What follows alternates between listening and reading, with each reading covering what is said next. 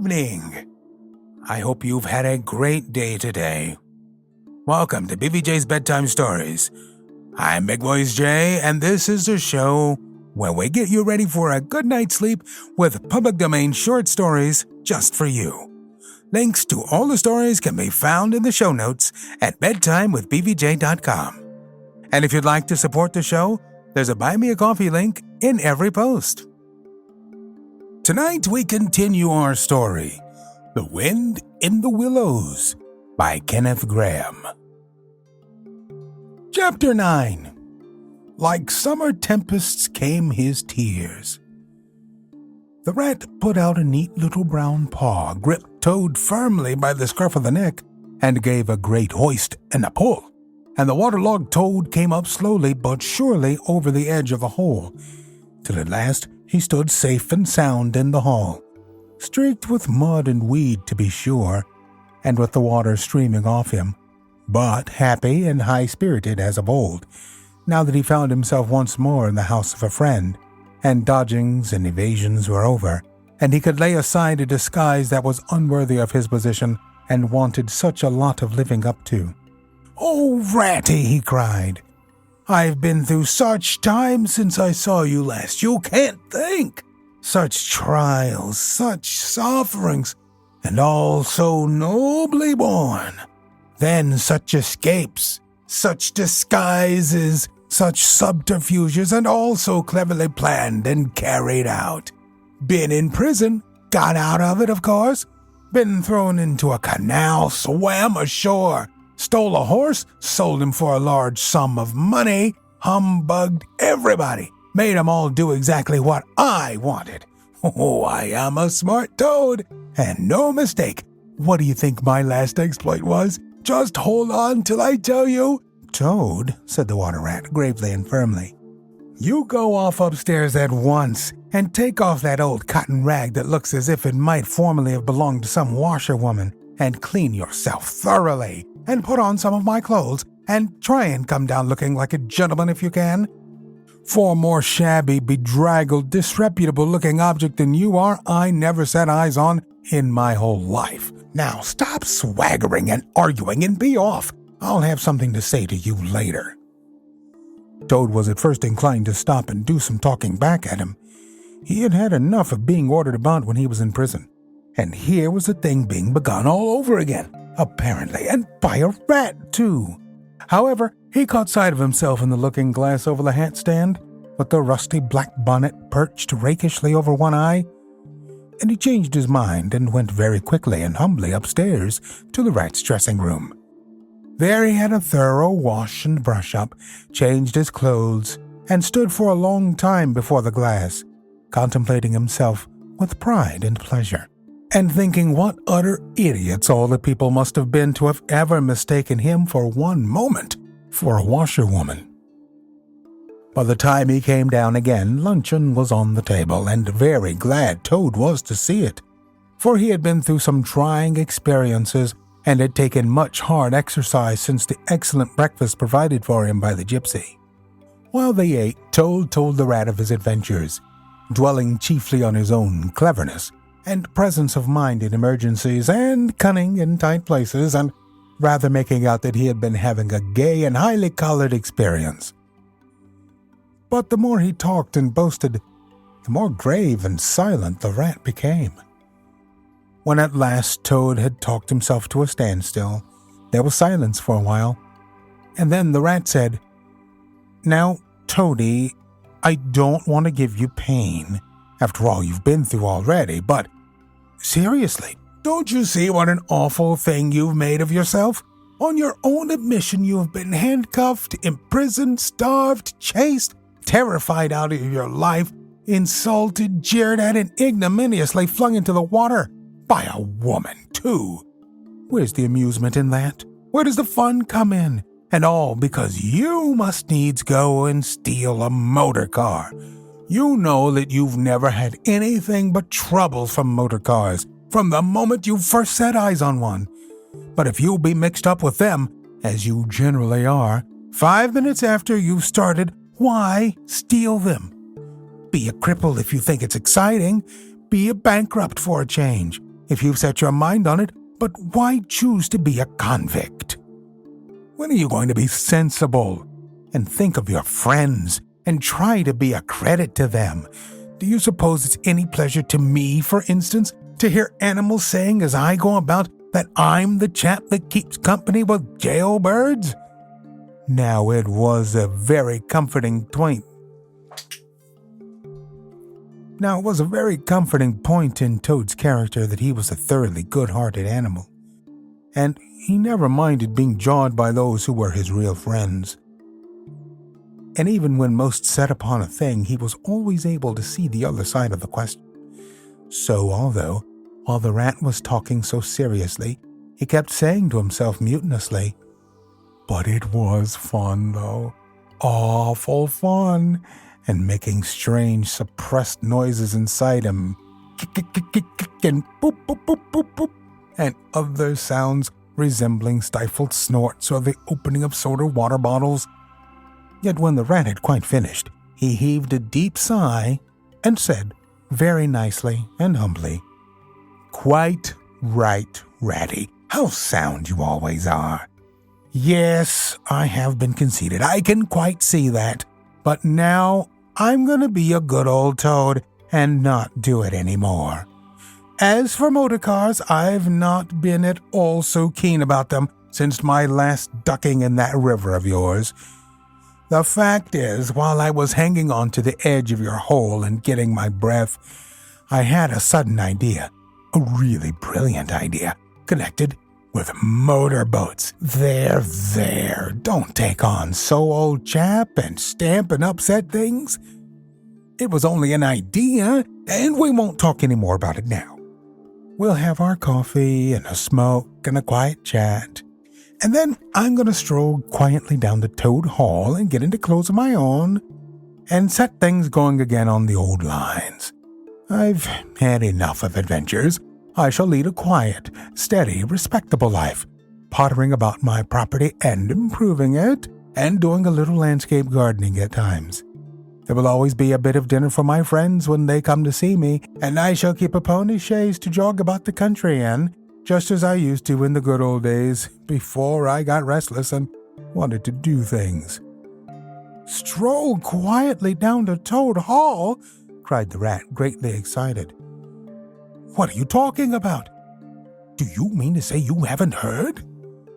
"Heard what?" said Toad, turning rather pale.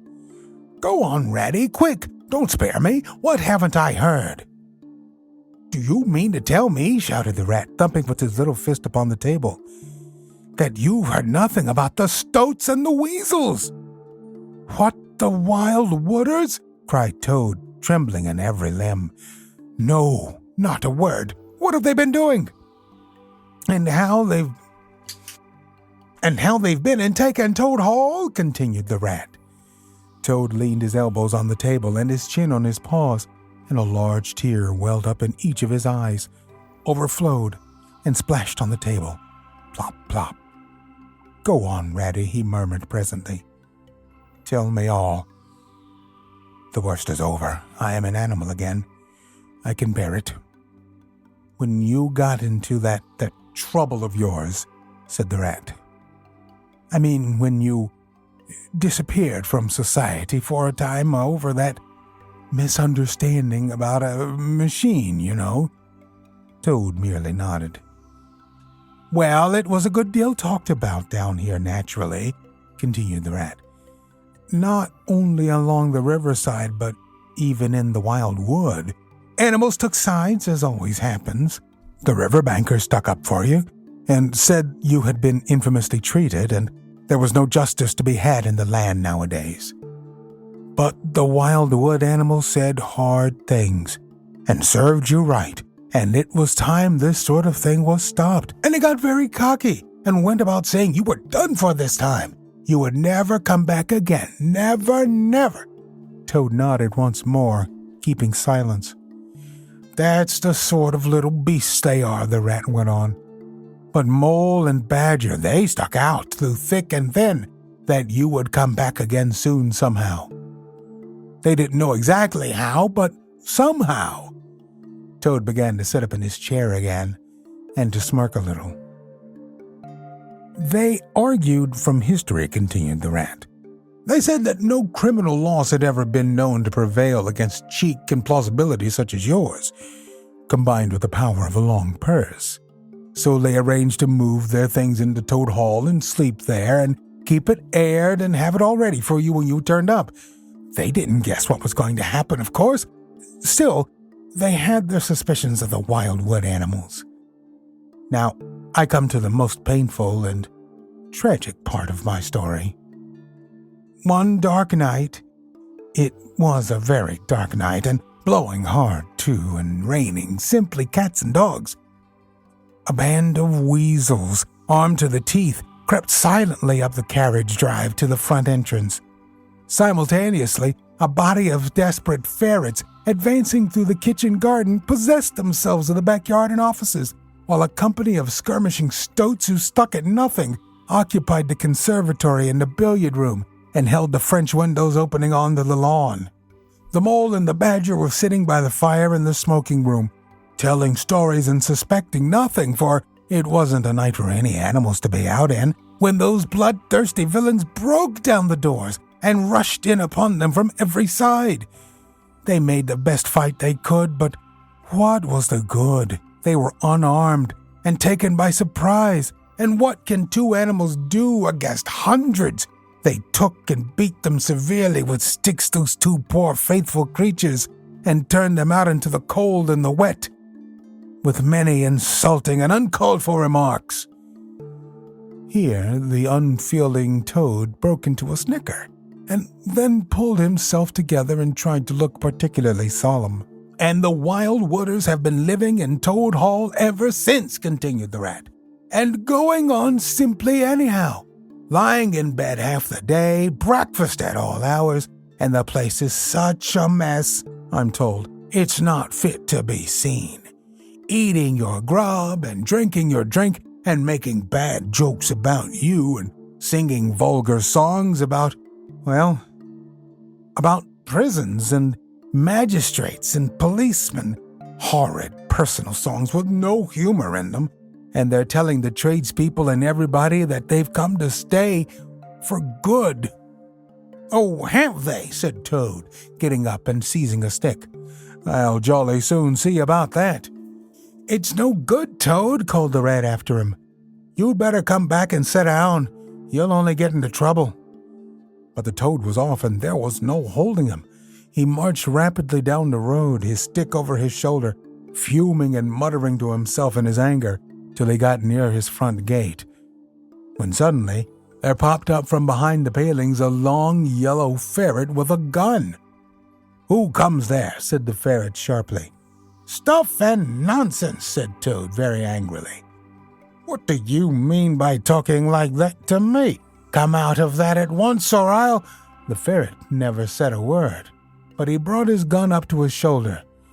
Toad prudently dropped flat in the road, and bang! A bullet whistled over his head. The startled Toad scrambled to his feet and scampered off down the road as hard as he could. And as he ran, he heard the ferret laughing and other horrid thin little laughs taking it up and carrying on the sound. He went back, very crestfallen, and told the water rat. What did I tell you? Said the rat. It's no good. They've got sentries posted and they're all armed. You must just wait. Still, Toad was not inclined to give in all at once, so he got out the boat and set off rowing up the river to where the garden front of Toad Hall came down to the waterside. Arriving within sight of his old home, he rested on his oars and surveyed the land cautiously. All seemed very peaceful and deserted and quiet. He could see the whole front of Toad Hall, glowing in the evening sunshine, the pigeons settling by twos and threes along the straight line of the roof, the garden a blaze of flowers, the creek that led up to the boathouse, the little wooden bridge that crossed it, all tranquil, uninhabited, apparently waiting for his return. He would try the boathouse first, he thought. Very warily, he paddled up to the mouth of the creek and was just passing under the bridge when, crash! A great stone dropped from above, smashed through the bottom of the boat. It filled and sank, and Toad found himself struggling in deep water. Looking up, he saw two stoats leaning over the parapet of the bridge and watching him with great glee. "It'll be your head next time, Toady," they called out to him. The indignant Toad swam to shore, while the stoats laughed and laughed, supporting each other, and laughed again, till they nearly had two fits. That is, one fit each, of course. The Toad retraced his weary way on foot, and related his disappointing experiences to the Water Rat once more. "Well, what did I tell you?" said the Water Rat very crossly. "And now look here, see what you've done? Lost me my boat that I was so fond of, that's what you've done. And simply ruined that nice suit of clothes that I lent you. Really, Toad, of all the trying animals, I wonder you managed to keep any friends at all." The Toad saw at once how wrongly and foolishly he had acted. He admitted his errors and wrong-headedness, and made a full apology to Rat for losing his boat and spoiling his clothes. And he wound up by saying, with that frank self-surrender which always disarmed his friend's criticism and won him back to his side, "Ratty, I see that I have been a headstrong and a willful Toad. Henceforth, believe me, I will be humble and submissive, and will take no action without your kind advice and full approval." "If that is really so," said the good-natured Rat, already appeased, "then my advice to you is, considering the lateness of the hour, to sit down and have your supper, which will be on the table in a minute, and be very patient, for I am convinced that we can do nothing until we have seen the Mole and the Badger, and heard their latest news, and held conference, and taken their advice in this difficult matter." "Oh, yes, of course. The Mole and the Badger," said Toad lightly. "What's become of them, the dear fellows? I'd forgotten all about them." "Well, may you ask," said the Rat reproachfully. "While you were riding about the country in expensive motor cars, and galloping proudly on blood horses and breakfasting on the fat of the land, those two poor devoted animals have been camping out in the open, in every sort of weather, living very rough by day, and lying very hard by night, watching over your house, patrolling your boundaries, keeping a constant eye on the stoats and the weasels, scheming and planning and contriving how to get your property back for you. You don't deserve to have such true and loyal friends, Toad. You don't. Really. Someday when it's too late, you'll be sorry you didn't value them more while you had them." "I'm an ungrateful beast, I know," sobbed Toad, shedding bitter tears. "Let me go out and find them, out into the cold, dark night, and share their hardships, and try and prove by— Hold on a bit. Surely I heard the clink of dishes on a tray. Supper's here at— Hooray! Come on, Ratty." The Rat remembered that poor Toad had been on prison fare for a considerable time, and that large allowances had therefore to be made. He followed him to the table accordingly, and hospitably encouraged him in his gallant efforts to make up for past privations. They had just finished their meal and resumed their armchairs when there came a heavy knock at the door. Toad was nervous, but the Rat, nodding mysteriously at him, went straight up to the door and opened it, and in walked Mr. Badger.